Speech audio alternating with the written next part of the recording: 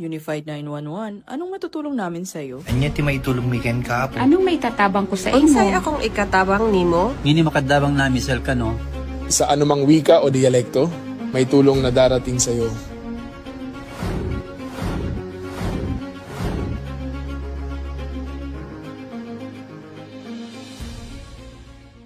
Lilingkod sa bawat Pilipino at magbibigay ng tamang impormasyon para sa tahimik at maayos na Pilipinas. Police News Network, alagad ng batas, tagapagtaguyod ng balitang pulis, sandigan ng mamamayan, patnubay ng katotohanan.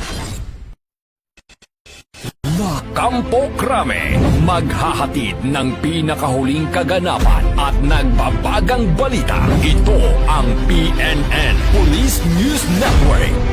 At ngayon, ang inyong mga tagapagbalita. Magandang araw, bagong Pilipinas. Ako ang inyong alagad ng batas, tagataguyod ng Balitang Pulis, Patrolman Edwin Baris. Maghahatid sa inyo ng tamang balita, kwento ng pulis at serbisyo para sa mamamayan. At ito ang PNP News Online. Ang pangunahing balita ng Police News Network, alagad ng batas, tagataguyod ng Balitang Pulis.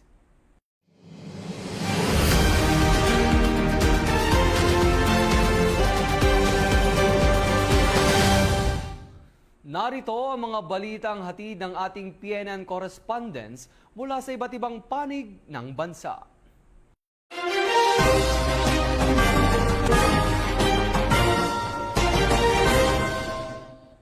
Nagresulta ng pagkakasabat ng iba't ibang kontrabando sa isinagawang Oplan Greyhound ng mga membro ng Misamis Occidental Police Provincial Office sa Misamis Occidental Provincial Reformatory Jail. Layunin ng operasyon na masiguro ang kaligtasan ng bawat person deprived of liberty o PDL, jail personnel at publiko. Police Corporal Rapi Cobrero magbabalita.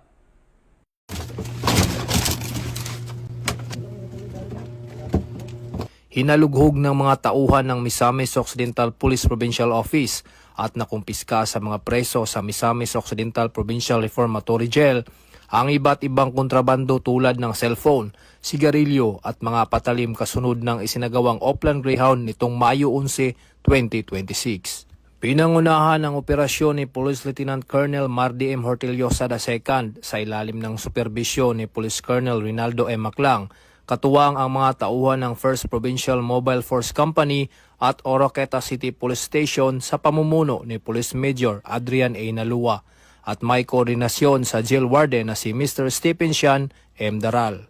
Sa paghahalughog ng PNP, na-recover ang improvised tattoo marker, 10 Android cellphones, 3 keypad phones, 53 pakete ng iba't ibang brand ng sigarilyo, 3 set ng playing cards, 10 improvised bladed weapons at cash na naghahalagang 58,795. Layunin ng Oplan Greyhound na matiyak ang kaligtasan ng mga persons deprived of liberty, jail personnel at publiko sa pamamagitan ng pagkumpiska ng mga gamit na maaring magdulot ng banta sa kaayusan at seguridad sa loob ng kulungan. Muling tiniyak ng Misamis Occidental PPO na patuloy na pagpapatupad ng mas pinaigting na intelligence monitoring at law enforcement operations upang maiwasan ang anumang iligal na aktibidad sa loob ng mga detention at reformatory facilities. Ito ang bagong PNP para sa bagong Pilipinas. Serbisyong mabilis, tapat at nararamdaman. Mula dito sa Proten Misamis Occidental Police Provincial Office,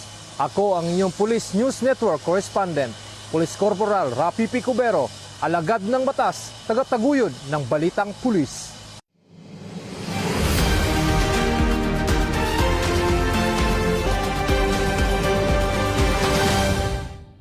Maraming salamat, Police Corporal Cobrero. Magkaagapay ang Bolinay Municipal Police Station, Abra Police Provincial Office at iba't ibang ahensya ng pamahalaan sa pagsasagawa ng 2 araw na Retooled Community Support Program Field Immersion bilang bahagi ng patuloy na paghahatid ng mga pangunahing serbisyo ng publiko sa mga komunidad. Ilan sa mga serbisyong hatid ay ang medical consultation, information drive, libreng gupit, feeding program at iba pa. Ang magandang balita ay hatid ni Patrolwoman Maria Ela Garcia. Matagumpay na isinagawa ang 2 araw na RCSP Field Immersion Servisyo Caravan sa Barangay Dumagas at Barangay Bawian, Bolinay, Abra. Sa pangunguna ng LGU Bolinay, katuwang ang Abra PPO, Bolinay MPS, 2nd PMFC at iba't ibang ahensya ng pamahalaan, nito lamang 11 at 12 ng Mayo taong kasalukuyan. Dinaluhan ito ng mga tauhan ng Abra PPO sa pamumuno ni Police Captain Mary Jane M. Turqueza, Deputy Chief Picadu, sa ilalim ng pangangasiwa ni Police Colonel Charles L. Dumalig, Provincial Director. Dumalo rin ang iba't ibang ahensya ng pamahalaan gaya ng AFP, DOH, DOLE, DTI, NCIP, TESDA Abra, DOST, DA, DICT, PhilHealth at iba pang stakeholders upang mag-atid ng serbisyo sa komunidad. Tampok sa nasabing programa ang pagbibigay ng Police Clearance Processing, Feeding Program, libreng gupit, free medical consultation, animal health program, pamamahagi ng mga binhi, delayed registration at iba pa na labis na ikinatuwa ng mga residente. Nagbigay rin ng mensahe sina Honorable Mayor Ronald S. Balauas at Honorable Vice Mayor Benipas Balauas habang iprinisinta ni na LGOO Elizabeth B. Layugan at Provincial Director Christopher Dave Alvarez ng DILG Abra ang overview ng RCSP Servisyo Caravan. Sa naturang aktibidad ay iginawad din sa bayan ng Bolinay ang Child Friendly Municipality Award mula sa NCIP. Samantala, hinikayat naman ni Police Captain Turqueza ang suporta ng mamamayan sa mga programa ng kapulisan at tiniyak ang patuloy na paglilingkod ng PNP sa komunidad. Bahagi rin ng aktibidad ang ugnayan sa barangay workshop kung saan nailahad ng iba't ibang sektor ang kanilang mga suliranin at mungkahi para sa agarang aksyon at solusyon. Nagtapos ang 2 araw na aktibidad ng matagumpay at naging makabuluhan sa pamamagitan ng pagkakaisa, pagtutulungan at mas pinaigting na ugnayan ng pamahalaan at mamamayan para sa patuloy na kaunlaran at kapayapaan ng komunidad na nagpapatunay na ang PNP para sa bagong Pilipinas, serbisyong mabilis, tapat at nararamdaman. Mula dito sa Abra Police Provincial Office, ako po ang inyong Police News Network Correspondent, Patrolwoman Maria Ela Garcia, alagad ng batas, tagataguyod ng balitang pulis. Bagong PNP para sa bagong Pilipinas, serbisyong mabilis, tapat at nararamdaman.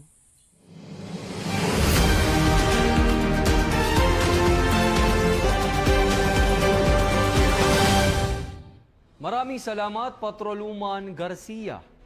Pinangunahan ni Police Brigadier General Marshal Mariano Maestrado IV, Regional Director ng Police Regional Office 13, ang isinagawang coordination meeting hinggil sa pinakauling updates at security preparations para sa nanalapit na 2026 Palarong Pambansa na ginanap sa Agusan del Sur Police Provincial Office sa Barangay Patinay, Prosperidad. Ibabalita yan ni Police Staff Sergeant Irish Joy Laureto. Pinangunahan ni Police Brigadier General Marshal Mariano P. Maestrado IV, Regional Director ng Police Regional Office 13, ang coordination meeting kaugnay sa mga updates sa 2026 Palarong Pambansa sa Security Command Center ng Agusan del Sur Police Provincial Office sa Barangay Patinay, Prosperidad, Agusan del Sur. Dumalo sa nasabing pulong ang mga Chief of Police at Provincial Commanders upang talakayin ang pinakabagong mga kaganapan at paghahanda sa seguridad para sa nalalapit na Palarong Pambansa. Patuloy na pinapaigting ng PRO 13 ang kanilang mga hakbang sa seguridad at koordinasyon upang matiyak ang ligtas, maayos at matagumpay na pagsasagawa ng palaro habang nagbibigay ng ligtas at magiliw na kapaligiran para sa lahat ng kalahok, panauhin at manonood. Mula dito sa Police Regional Office 13, ako ang inyong PNN Correspondent, Police Staff Sergeant Iris Joy Laureto, alagad ng batas, tagataguyod ng balitang pulis.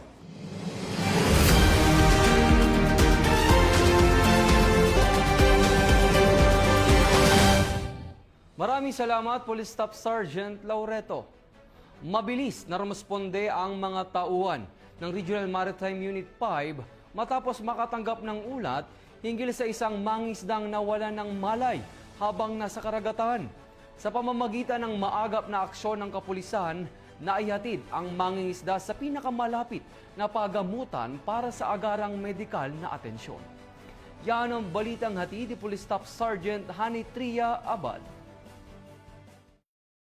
Isang mangingisdang coin catcher o mas kilala sa tawag na puro paulog ang agarang tinulungan ng mga tauhan ng Regional Maritime Unit 5 matapos mawala ng malay habang nasa karagatan sa bayan ng Matnog, Sorsogon. Agad na rumisponde ang mga personahe ng RMU 5 Matnog Port Detail Team nang lapitan sila ng isang bangkang may sakay na lalaking nangangailangan ng agarang medikal na atensyon.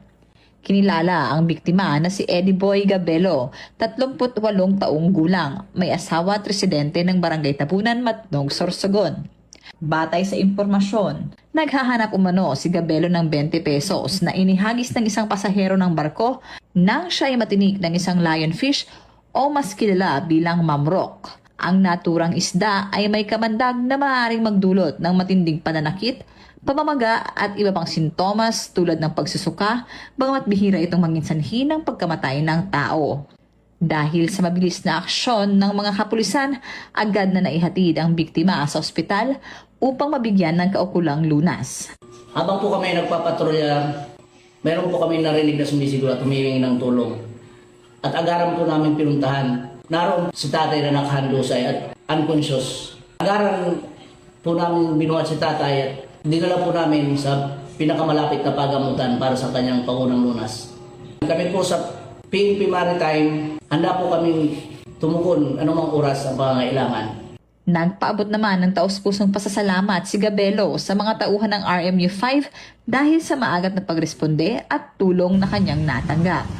Muling pinatunayan ng Regional Maritime Unit 5 sa ilalim ng pamumuno ni Police Lieutenant Colonel Carl Omar H. Afiel ang dedikasyon sa paglilingkod sa mamamayan sa ilalim ng kanilang mantra na bagong PNP sa bagong Pilipinas, serbisyong tapat at nararamdaman. Mula dito sa Regional Maritime Unit 5, ako ang inyong PNN correspondent, Staff Sergeant Irene Hanitria Abad, alagad ng batas, tagataguyod ng Balitang Pulis.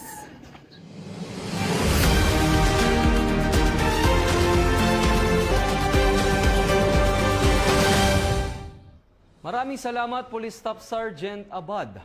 Sa mas pinaigting na kampanya laban sa kriminalidad ng Manila Police District, inilabas ang kanilang weekly accomplishment mula May 3 hanggang May 9, 2026.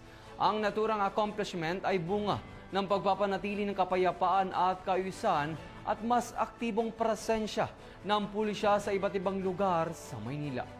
Ang buong detalye ng report ay mula kay Police Staff Sergeant Morpon. Narito ang ulat ng mga naging operasyon at accomplishment ng Manila Police District. Kampanya laban sa ilegal na droga. 20 operasyon ang naisagawa kung saan 31 individual ang naaresto.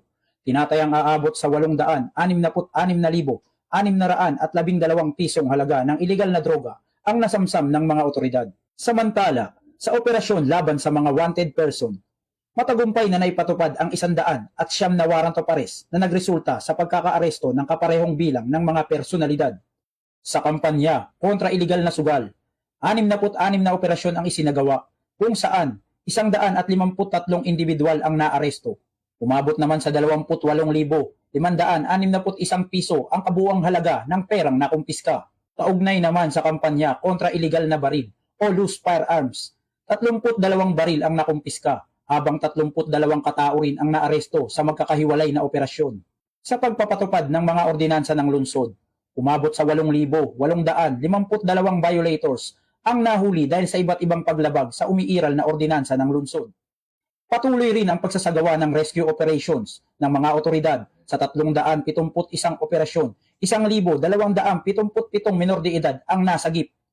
Mula dito sa Manila Police District, ako si Police Staff Sergeant Lionel Morpon, alagad ng batas, tagataguyod ng Balitang Pulis.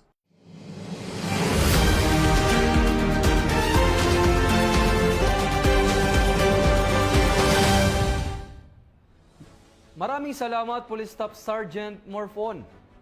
Arestado ang isang rank number 3 regional most wanted person ng Bicol Region na may kasong 3 counts ng murder na isa ring miyembro ng Communist Terrorist Group sa Jolo Enforcement Operation ng mga otoridad sa Kataingan, Masbate. Police Corporal Danet Albas sa balita. Isang regional most wanted person sa Bicol Region ang naaresto sa isinagawang joint law enforcement operation sa bayan ng Katayngan, Masbate nitong May 11, 2026. Kinilala ang nadakip na si alias Ramon na sa hustong gulang, magsasaka at residente ng bayan ng Palanas, Masbate. Siya ang rank number 2 regional most wanted person at nahaharap sa 3 kaso ng murder sa ilalim ng Article 248 ng Revised Penal Code at isa ding miyembro ng Communist Terrorist Group. Ayon sa ulat, naaresto ang akusado bandang 1:00 ng hapon sa Sitio Tiwasan, Barangay Nadawisan, Katayngan, Masbate sa bisa ng warrant of arrest na inilabas ni Honorable Teofilo Baroga Tambago ng Regional Trial Court Branch 46, Masbate City noong November 20, 2025, kung saan walang piyansang inirekomenda para sa kaso. Pinangunahan ng Masbate 2nd Provincial Mobile Force Company sa ilalim ni Police Lieutenant Colonel Freddy C. Herry ang operasyon katuwang ang Katayngan MPS, Philippine Army, Special Action Force, PIU at RIU-5 PIT. Ang matagumpay na pagkakaresto sa rank number 2 regional most wanted person na isang CCG member ay bunga ng masusing intelligence monitoring, mahusay na koordinasyon at matibay na pagtutulungan ng iba't ibang law enforcement units. Patuloy naman ang paalala ng Masbate Police Provincial Office na pag-iigtingin nila ang kampanya laban sa mga wanted person upang mapanatili ang kapayapaan at kaayusan sa lalawigan ng Masbate. Ako po si Police Corporal Danet R. Alba, nag-uulat para sa Police News Network. At ito ang bagong PNP para sa bagong Pilipinas, serbisyong mabilis, tapat at nararamdaman.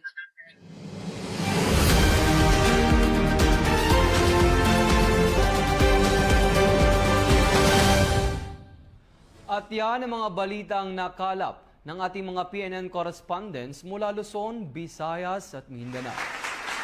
Para sa mas malawak at mabilis na ulat ng mga balita, huwag kalimutang mag-like, follow and share sa aming official social media accounts ng Police News Network. Tutok lang sa aming YouTube channel para sa mga live stream at replays. At i-follow kami sa X account para sa mga real-time updates at Facebook account ng Police News Network.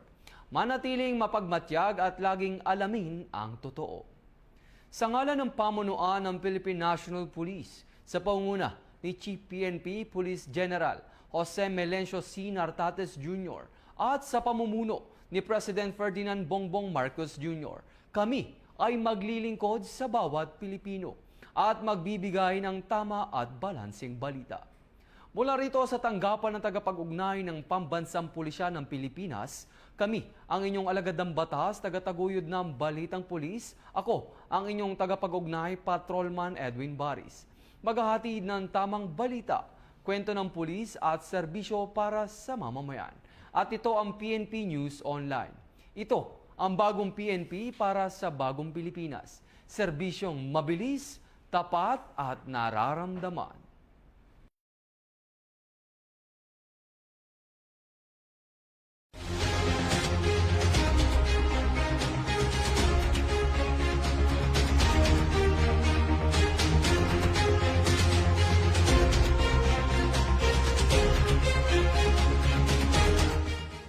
Police News Network, alagad ng batas, tagapagtaguyod ng balitang pulis.